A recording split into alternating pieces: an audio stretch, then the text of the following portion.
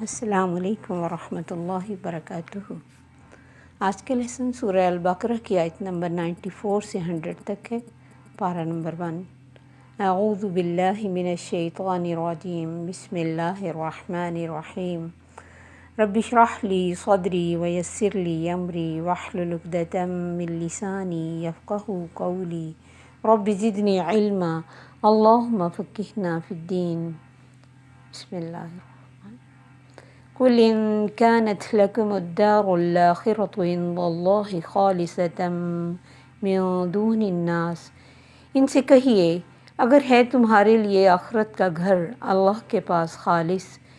من دون الناس لوگوں کے علاوہ، فتمنوا الموت تمنا کرو موت کی، ان کنتم صادقین اگر ہو تم سچے۔ چونکہ یہود کا یہ دعویٰ تھا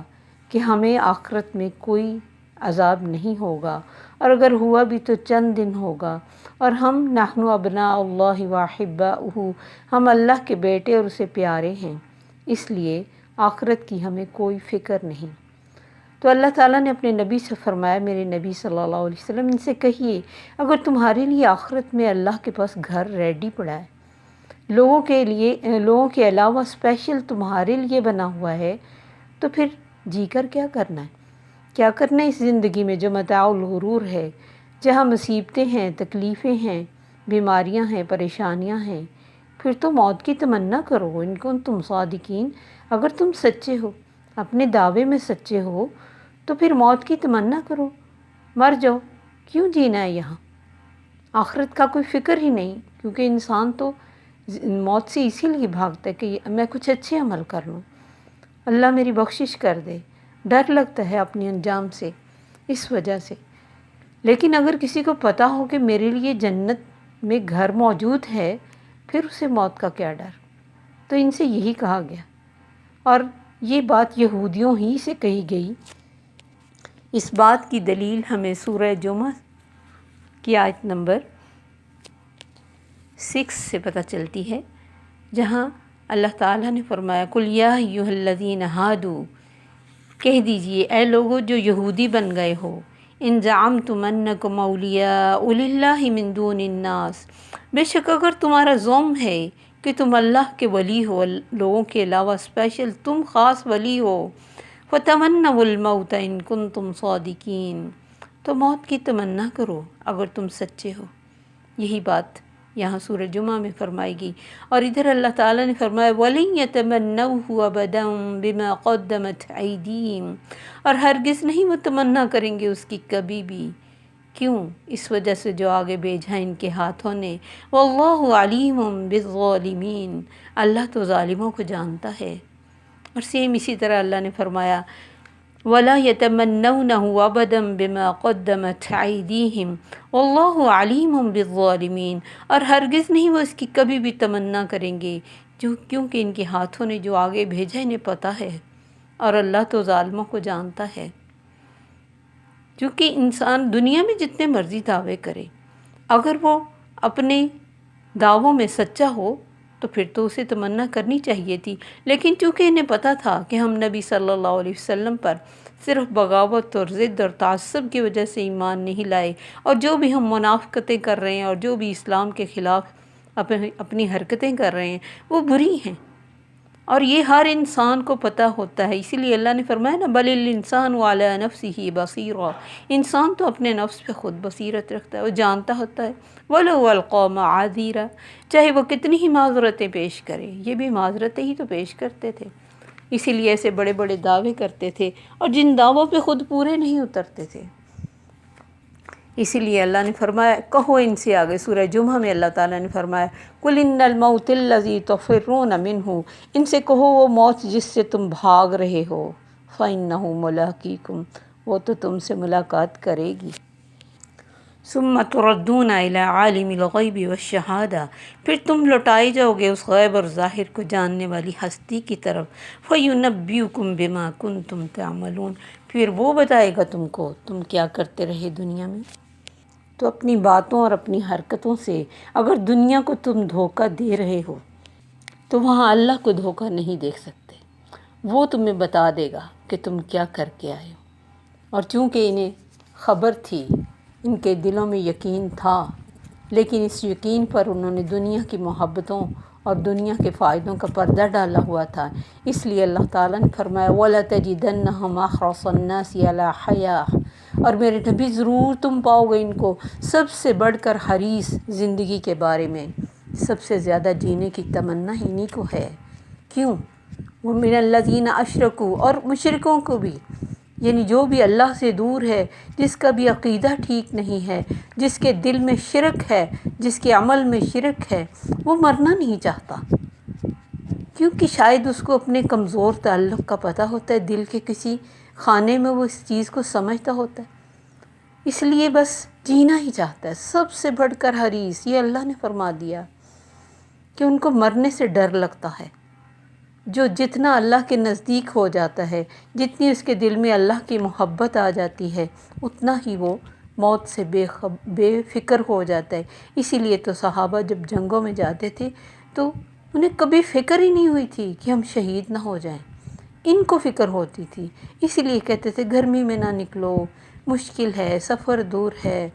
اور یہ بہانے بناتے، لیکن وہ بڑھ بڑھ کر آگے جاتے۔ ان کو پتہ تھا کہ شہید ہو گئے تو اللہ کے پاس بخشش ہے، انہیں اللہ کے وعدوں پر یقین تھا۔ یہ صرف زبانی وعدے کرتے تھے، وہ ایمان بالغیب رکھتے تھے، اس لیے وہ بے فکر تھے اس دنیا کی ٹینشنوں سے، اس دنیا کی موت سے۔ انہیں پتہ تھا یہ موت جو ہے یہ صرف ایک جھٹکا ہے، پھر ہم اگلی دنیا میں جائیں گے جہاں اللہ کی رحمتیں ہیں۔ یود احدہم لو یعمر الف سنہ، اللہ فرماتے ہیں ان میں سے ہر ایک یہ دل سے چاہتا ہے کاش وہ 1000 برس جیے۔ وما ہوا بمزحزحہ من العذاب ان یعمر، اور میرے نبی یہ عذاب سے چھٹ نہیں سکیں گے، نہ ہی عمر ان کو عذاب سے چھڑا سکے گی، چاہے ان کو 1000 برس کی عمر بھی مل جائے۔ کیوں؟ واللہ بصیر بما یعملون، اللہ ان کے تمام اعمال کو دیکھ رہا ہے۔ اور پھر ایسی تمام آیات بھی انہی کے اوپر جو لاگو ہوتی تھی، اسی وجہ سے ان کی جان جاتی تھی۔ منافقت کرنے والے ہر وقت فکر مند رہتے تھے کہ ہمارا پول نہ کھل جائے، اور ان کو مرنے سے ڈر لگتا تھا کیونکہ اللہ کی ان آیات پر انہیں یقین تھا۔ قُلْ مَنْ كَانَ عَدُوًّا لِجِبْرِيلَ فَإِنَّهُ نَزَّلَهُ عَلَىٰ قَلْبِكَ، میرے نبی ان سے کہیے کون ہے دشمن جبرائیل کا؟ بے شک اس نے تو نازل کیا ہے اس کو، یعنی قرآن کو، عَلَىٰ قَلْبِكَ، تیرے دل پر، بِإِذْنِ اللہ، اللہ کے حکم سے، مُصَدِّقًا لِمَا بَيْنَ يَدَيْهِ، جو تصدیق کرتا ہے اس چیز کی جو ان کے ہاتھوں میں ہے، ان کے سامنے ہے، وَهُدًى وَبُشْرَىٰ لِلْمُؤْمِنِينَ، اور ہدایت کا ذریعہ اور خوشخبری کا ذریعہ مومنوں کے لیے جو ایمان لے آئے۔ اس میں آتا ہے کہ نبی صلی اللہ علیہ وسلم کے پاس کچھ لوگ آئے اور آپ سے کچھ سوال پوچھے۔ جب آپ نے ان کے سوالوں کے صحیح صحیح جواب دیے تو کہنے لگے آپ پہ وہی کون سا فرشتہ لے کے آتا ہے؟ نبی صلی اللہ علیہ وسلم نے جب جبرائیل علیہ السلام کا نام لیا، کہنے لگے پھر تو ہم نہیں مانیں گے، یعنی یہ ایک بات مل گئی نہ ماننے کی، کیونکہ سوالوں کے جواب صحیح مل گئے تھے، اب کوئی بہانہ نظر نہیں آ رہا تھا۔ ہم نہیں مانیں گے کہ جبرائیل ہمارا دشمن ہے۔ اور اسی طرح بخاری کی ایک حدیث ہے کہ نبی صلی اللہ علیہ وسلم جب مدینہ میں تشریف لائے اور آپ کے آنے کی خبر عبداللہ بن سلام جو مدینہ میں تھے ان کو ملی تو وہ باغ میں میوے چن رہے تھے۔ اس وقت نبی صلی اللہ علیہ وسلم کے پاس آئے اور کہا میں آپ سے 3 باتیں پوچھتا ہوں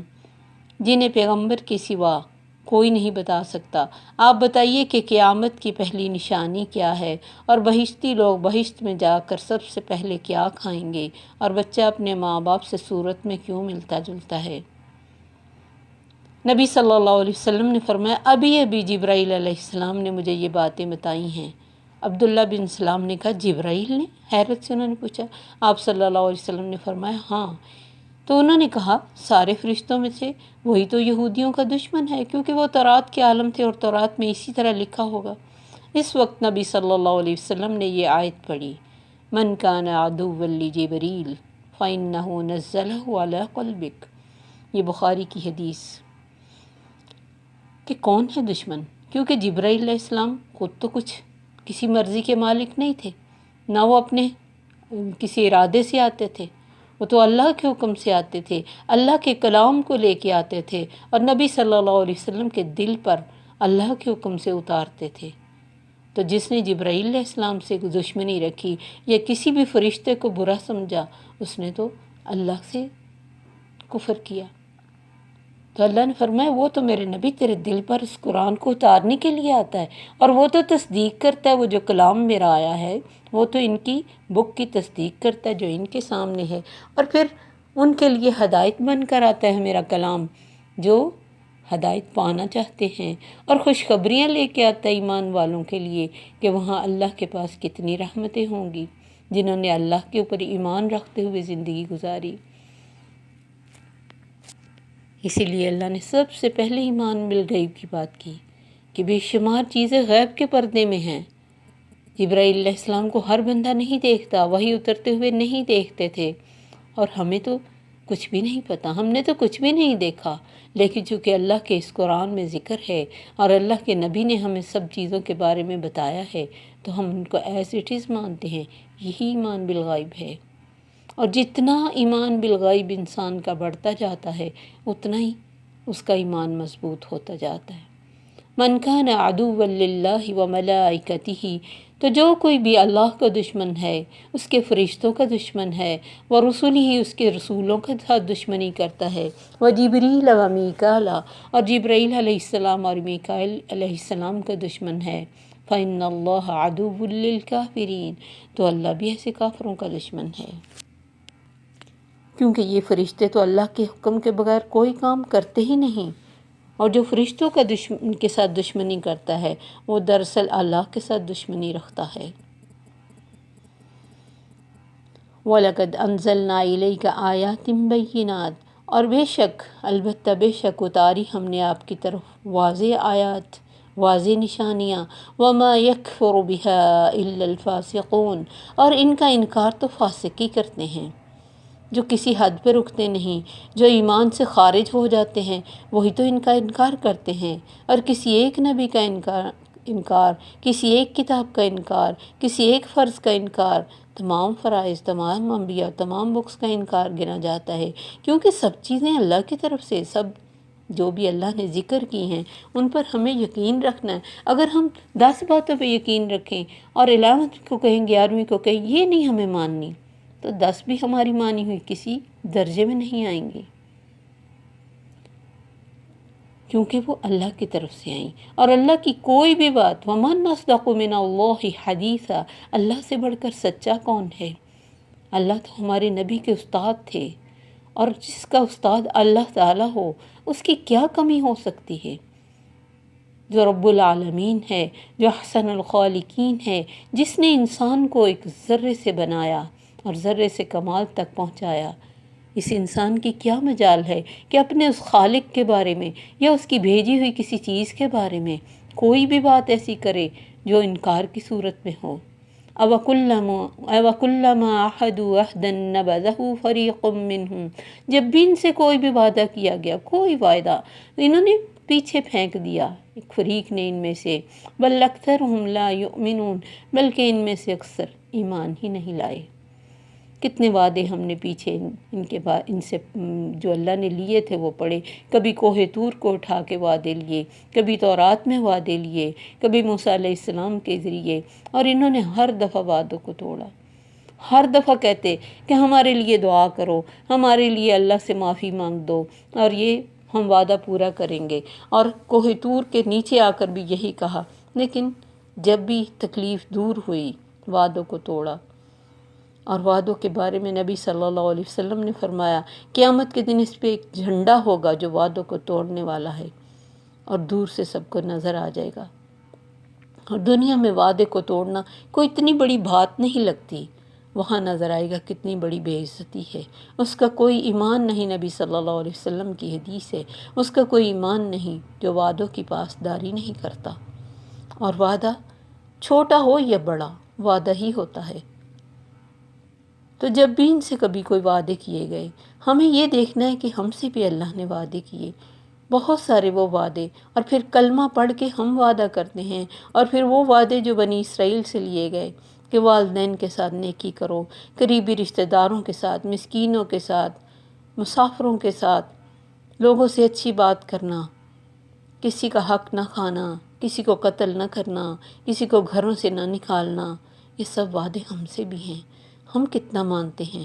ہم کتاب کی کون سی باتوں کو مانتے اور کون سی نہیں مانتے؟ یہ ہمیں خود پہ خود چیک کرنا ہے۔ اور جو نہ مانے اور اس پہ ڈٹے نہ، وہ اتنا برا نہیں جو نہ مانے، جیسے ایک نماز ہی نہ پڑھے اور دوسرا یہ کہے کہ کوئی فرق نہیں پڑتا، میں تو نماز کو اتنی بڑی کوئی چیز نہیں سمجھتا، یہ اس سے بھی برا ہے جو خاموشی سے صرف نماز کو چھوڑ رہا ہے۔ تو اللہ سے دعا ہے کہ اللہ تعالی ہمیں وعدوں کی پابندی کرنے والا اور ان ساری خوبیوں کو اپنے اندر پیدا کرنے والا بنائے، اور اللہ ہمیں اس کی توفیق اور راہ دکھائے۔ السلام علیکم ورحمۃ اللہ وبرکاتہ۔ سبحانک اللہم وبحمدک، اشہد ان لا الہ الا انت، استغفرک واتوب الیک۔